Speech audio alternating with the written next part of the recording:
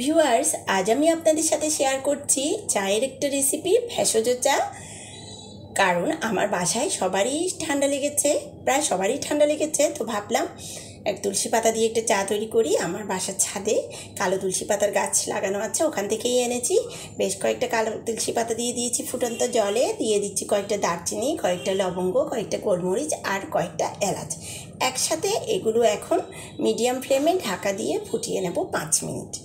5 minute পর ঢাকা তুলে viewers, এটা আমি 10 থেকে 15 মিনিটের মতো চুলোর আঁচটা লো করে দিয়ে ফুটিয়ে নেব। কেননা যেহেতু এখানে দারচিনি, গোলমরিচ, লবঙ্গ, এলাচ একটু শক্ত প্রজাতির মশলা হওয়াতে আমি এগুলোকে ফুটিয়ে নেব ভালো করে। এগুলো থেকে রস বের হতে কিছুটা সময় নেবে, সেজন্য।